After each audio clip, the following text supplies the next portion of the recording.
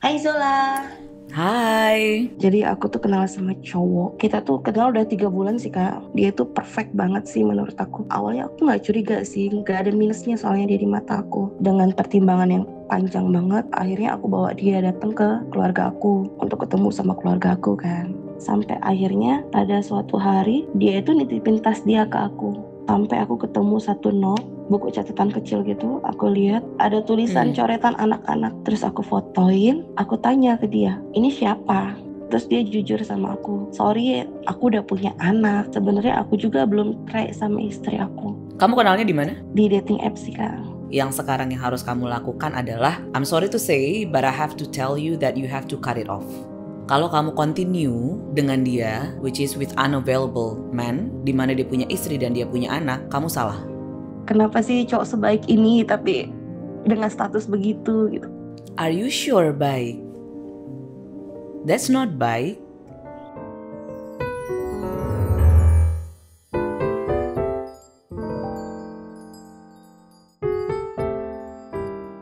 Hai Zola. Hai. Nama aku Moza. Hai Moza, apa kabar? Iya, kabar aku baik. Mm-mm. Kamu di Jakarta? Eh, Kamu di mana? aku di luar Jakarta sih. Oke. Oh, kamu di luar Jakarta. Oke. Iya. Jadi aku tuh pengen cerita, aku kayak malu gitu sih mau cerita ke keluarga, ke temen. Jadi aku tuh kenal sama cowok, dia tuh perfect banget sih menurut aku. Tipe aku banget. Awalnya aku nggak curiga sih, nggak ada minusnya soalnya dia di mata aku. Kita nggak pernah berantem sama sekali. Dia minta aku untuk ajak ke rumah. Aku kenal keluarga aku, terus kita tuh kenal udah 3 bulan sih kak. Terus dia minta ajak aku ke rumah kan untuk kenal sama keluarga aku. Dengan pertimbangan yang panjang banget, akhirnya aku bawa dia datang ke keluarga aku untuk ketemu sama keluarga aku kan. It's okay, semuanya berjalannya lancar awalnya. Dia bener-bener care sama keluarga aku, baik banget sama keluarga aku, baik sama aku. Sampai ibu aku tuh ngomong sama aku, kalau sampai kamu sia-siain laki-laki kayak gini, mungkin gak akan kamu temuin lagi selanjutnya. Jarang-jarang ada yang kayak gini katanya gitu. Dari 100 mungkin belum tentu satu dapet kamu kayak gini, dia bilang gitu. Tapi dia tuh minusnya sih, dia tuh terlalu ngekang aku sih kak. Aku gak boleh bergaul sama siapa-siapa. Semua temen cowok yang ada di kontak aku tuh selalu dia maki-maki kalau ada yang chat aku. Dimaki-maki. Iya, dimaki-maki, dikata-katain. Kayak teman-teman aku yang cowok itu kayak hello gitu atau nanya kabar doang, dia maki-maki gitu. Dia maki-maki ke cowoknya atau ke kamunya? Ya dikata-katain ke cowoknya sih, ke aku juga sih sebenarnya, Oke, so, tapi lebih maki-maki ke cowoknya kan dia balesin. oke, oke. Tapi ya it's okay lah menurut aku, mungkin karena dia cinta banget kan sama aku jadi cemburu banget kan. It's okay sama kamu kalau dia kontrol kamu, kalau dia maki-maki kamu, buat kamu it's okay. Ya it's okay aja gitu maksud aku, karena ya selagi dia tuh baik banget soalnya sama aku, baik sama keluarga aku, baik. Terus sampai akhirnya dia kan ada project ke Jakarta, Ada apa? project ke Jakarta. Terus aku nyusulin dia lah ke Jakarta kan kak. Waktu itu aku disuruh tinggal satu kamar dengan teman kerjanya yang cewek. Aku kenalan sama semua teman-temannya sih, yang cowoknya, manajernya, temen ceweknya juga, cowoknya gitu kan, teman kerjanya. Aku sama sekali tuh nggak curiga apa-apa sih sama dia. Soalnya teman-temannya itu nggak ada yang bilang sih sama aku. Sampai akhirnya pada suatu hari dia itu nitipin tas dia ke aku. Dia bilang bawa aja tas aku, dia bilang gitu kan. Sebelumnya kan aku tuh nggak pernah kepo-kepo sih soal kehidupan dia. Maksudnya ya selagi dia baik, teman-temannya oke gitu kan, nggak ada yang masalah kan. Maksudnya aku nggak curiga sama dia. Cuman kok hari itu aku tuh pengen banget ngebuka tas dia. Sampai aku ketemu satu note. Pertama aku lihat kan, aku buka kan notes itu. Aku nggak tahu gimana kenapa aku pengen banget buka notes itu. Buku catatan kecil gitu. Aku lihat pertama ada tulisan coretan anak-anak. Kayak coretan anak kecil gitu lah kak. Hmm. Lembar pertama aku buka lagi sampai satu lembar aku ketemu 3 nama orang. Yang belakangnya itu ada nama dianya. Iya, 3 nama orang yang di belakangnya itu ada nama dia. Terus aku fotoin, aku tanya ke dia, ini siapa? Terus dia bilang, sorry, aku udah punya anak. Dia bilang gitu. Oh ya udah, pikir aku kan nggak apa-apa. Karena kan sebelumnya juga dia bilang dia duda. Oh oke, jadi dia bilang dia duda. Dia bilang dia duda kan sebelumnya. Kamu kenalnya di mana? Terus di dating apps sih Kak, kenalnya. Oke. Jadi aku nggak banyak tahu sih tentang dia kan. Cuman ya aku lihat setiap malam kan aku VC, ya dia di rumahnya, di rumah ibunya. Setiap malam kita VC, nggak ada yang bikin aku curiga lah pokoknya. Terus dia jujur sama aku. Dia bilang, terus sebenarnya aku juga belum cerai sama istri aku. Terus aku kaget dong Kak, kenapa sih? Apa sih maksudnya gitu? Kenapa harus kenal sama keluarga aku? Kenapa harus kamu maksa aku buat bawa kamu ke keluarga aku?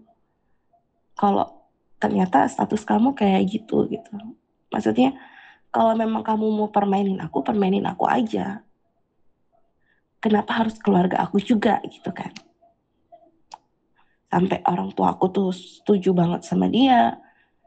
Sampai ibu aku ngomong kayak gitu kan. Ya itulah Kak. Terus aku denial sih awalnya. Aku nanya kan sama dia, terus gimana kita? Jawaban dia, aku nggak bisa pisah sama istri aku.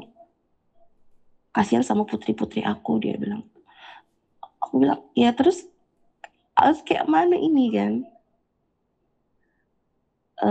Sampai akhirnya dia tuh telepon, aku pulang kan, abis dari Jakarta tuh aku pulang. Dia telepon aku berkali-kali, sampai hari ini dia nelpon aku nggak pernah aku angkat sih Kak. Tapi aku malas ngeblok sih. Tapi dia itu ngerayunya keluarga aku Kak. Jadi dia tuh makin baik sama ibu aku, nelpon ibu aku, nelpon adik aku, nelpon kakak aku. Terus dia playing victim, dia bilang aku ini ngejauhin dia, punya cowok lagi. Aku malu sih Kak, aku pengen cerita sama keluarga aku sih, kayak kalian nggak tahu ini suami orang, cuman aku malu gitu. Yang Terus kamu maluin aku apa? pengen nanya, yang malunya karena takutnya keluarga aku tuh bilang, kamu kenal sama laki-laki ini dari mana sih? Kenapa bisa ketemu sama suami orang ya? Jadi yang aku pengen tanya sama Kak Zola itu maksudnya gimana sih caranya itu membuat aku berani ngomong sama keluarga aku gitu. Kamu sama dia masih berhubungan? Dia masih suka nelpon aku, terus chatting aku. Tapi sekali aja sih aku balasnya, kayak dia nanya lagi ngapain. Misal lagi kerja, udah makan belum? Udah, gitu aja. Tapi dia tuh sering nelpon ke keluarga aku sih, ke ibu aku, ke ayah aku gitu, nanyain kabar, makin ngedeketin diri lah. Sampai dia itu bilang sama keluarga aku, kalau lebaran tahun ini dia mau datang ke rumah, mau lebaran di rumah aku gitu. How do you feel right now setelah tahu? Benci sih Kak, tapi masih sayang sih, masih sayang.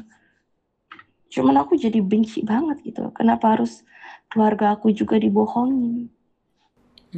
Berarti sebelumnya kamu memang in relationship sama dia atau sudah jadi atau belum? Udah jadi sih, udah 3 bulan berjalan. Oke, udah jadi. Nah setelah kamu tahu berarti kamu memang gak ada komunikasi sama dia lagi dan kamu memang mau cut sama dia? Sebenarnya ya aku mau cut. Cuman yang aku heranin dulu itu selama 3 bulan itu kan kita LDR kan Kak. Jadi kita tuh VC setiap malam dan dia tuh di rumah sendirian. Maksudnya tanpa istrinya gitu. Dia bilang sih sama aku dia udah 3 tahun pisah sama istrinya. Maksudnya pisah rumah gitu. Cuman aku minta kejelasannya, aku tanya sama dia. Dia bilang dia nggak bisa ninggalin istrinya. Kasihan sama putri-putrinya. Tapi kenapa harus bawa orang baru gitu masuk ke kehidupan dia? Gini, mau dia bawa orang baru atau enggak itu urusannya dia. Yang sekarang kamu gak perlu cari tahu kenapa ada apa, itu gak perlu tahu. Yang sekarang yang harus kamu lakukan adalah, I'm sorry to say, but I have to tell you that you have to cut it off. Karena satu, um, udah ada manipulasi behavior di situ. Yang dimana berusaha ngedeketin orang tua padahal sebenarnya dia sendiri masih menikah. Yang kedua, berusaha untuk kontrol kamu untuk kamu berhubungan dengan teman-teman dan yang lainnya. Itu sebenarnya controlling, apalagi kamu bilang sudah maki-maki, itu verbal abuse. Unless kalau kamu di abuse. Tadi kan kamu bilang kamu nggak apa-apa kalau dimaki-maki. Kamu bilang ya udah, kalau memang kamu maunya itu, it's okay. That's your own choice. Tapi dalam hal ini, kalau kamu continue dengan dia, which is with unavailable man, di mana dia punya istri dan dia punya anak, kamu salah. Iya. Kamu dibalik aja posisinya. Ketika kamu sudah menikah dan ada perempuan yang lain yang berusaha untuk ngerebut suami kamu, diganti aja posisinya gitu. Harusnya sama perempuan kita saling support kan, satu sama lain kan? Iya, sebenarnya aku juga udah ngejauhin dia sih Kak. Dia chatting aku tuh aku balasnya ala kadarnya aja gitu. Dia nelpon nggak pernah aku angkat. Cuman masalahnya dia tuh makin ngedeketin keluarga aku gitu. Itu yang makanya aku mau bilang, kalau kamu nge-cut, itu cut it off everything. You don't need to reply him. Kamu tinggal block dan kamu tinggal bilang sama dia kalau stop texting and stop contacting my family. Silakan balik ke istri. Kita selesai. Dan kamu nggak perlu kamu nggak perlu minta kejelasan dari dia sama sekali. Nggak perlu ada alasan dari dia sama sekali. Ini completely cut it off. Everything. Dan untuk urusan ke orang tua, kamu tinggal bilang, satu, pilihannya cuma dua. Either kamu jujur, kalau memang kamu nggak mau jujur karena kamu malu, ya udah, kamu tinggal bilang nggak cocok. Tapi orang tua aku tuh kayak, kakak tau gak sih, umur aku tuh sekarang udah 31 tahun.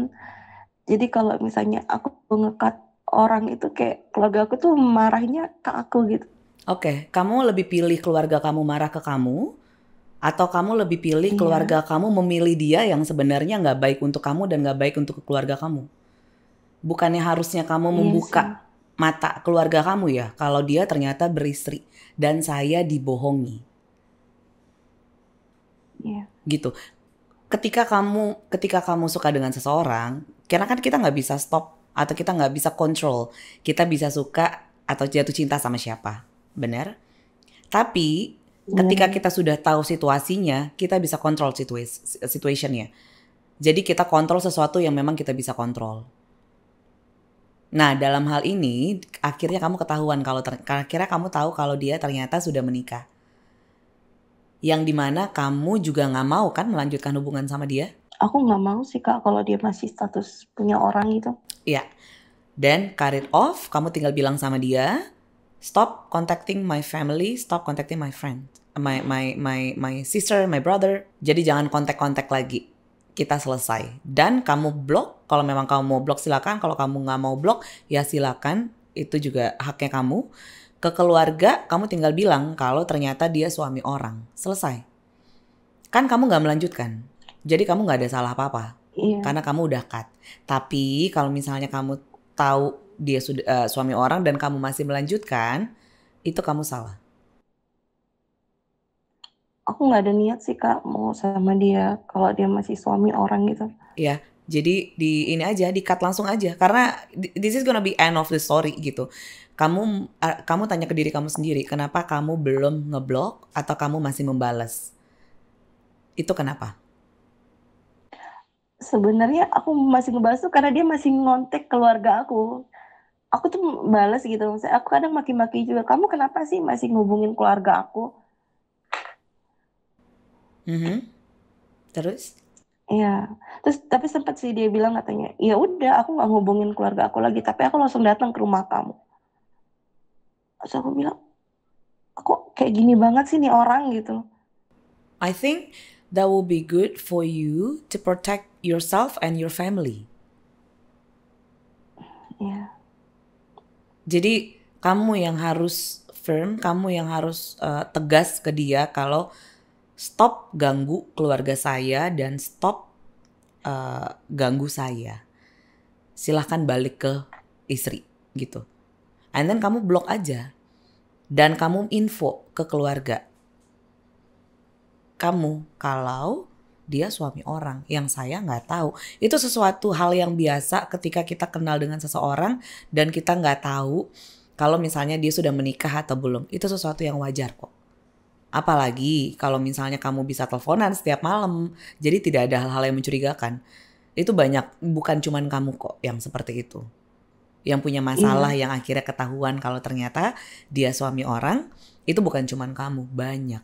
Even ada juga yang memang mereka ketahuan kalau ternyata itu adalah istri orang yang ternyata nggak tahu di awal. Itu sesuatu yang lumrah. Tapi after itu setelah tahu, sikapnya kita gimana? Actionnya kita gimana gitu. Kalau memang kamunya sayang dengan diri kamu, kamu sayang dengan family kamu, stop everything with him.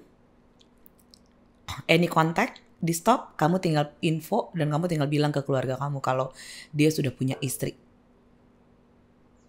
Dan dia masih beristri dan dia sudah punya anak, saya nggak mau. Jadi please stop untuk bales dan stop ngomongin dia lagi. Udah selesai. Iya sih Kak, karena aku masih denial tuh, maksudnya move on-nya gimana ya? Move on-nya gimana maksudnya?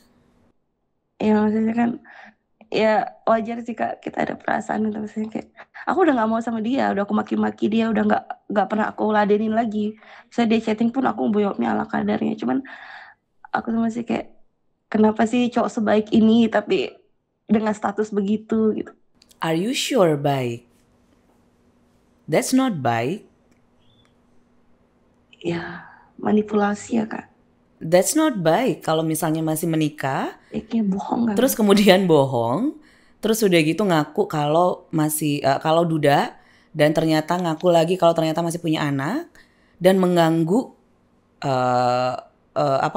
keluarga orang lain gitu. That's not baik. Iya. Dan kontrol kamu dari teman-teman kamu sampai kamu nggak berhubungan gitu ya, dan maki-maki kamu dan teman-teman kamu itu nggak baik.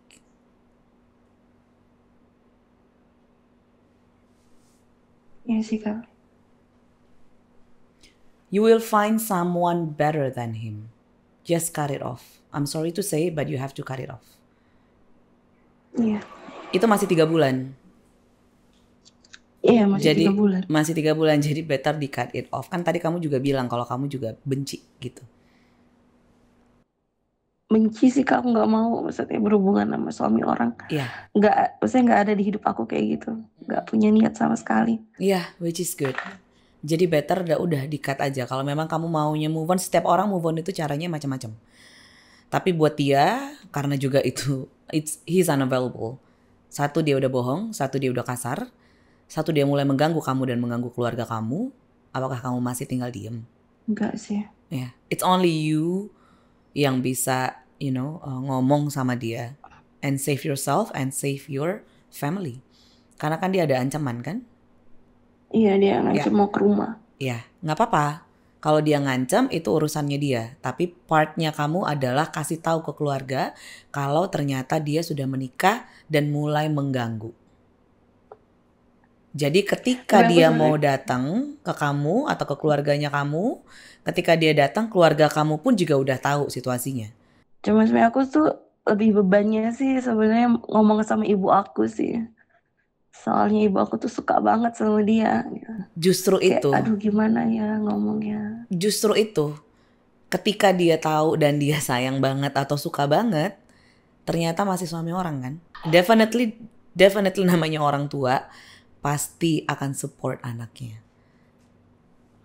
Aku nggak tahu ya, setahu aku mah nggak ada orang tua yang memang mau menikahkan anaknya dengan orang yang masih sudah menikah. Yes. Iya, orang tua aku nggak akan mau sih. Jadi better kamu bilang aja. Nggak, lebih enak jujur dibanding bohong. Karena kita nggak tahu yang dia lakukan ke keluarga kamu. Kita nggak tahu yang dilakukan ke orang tua kamu. Dia teksnya seperti apa kan?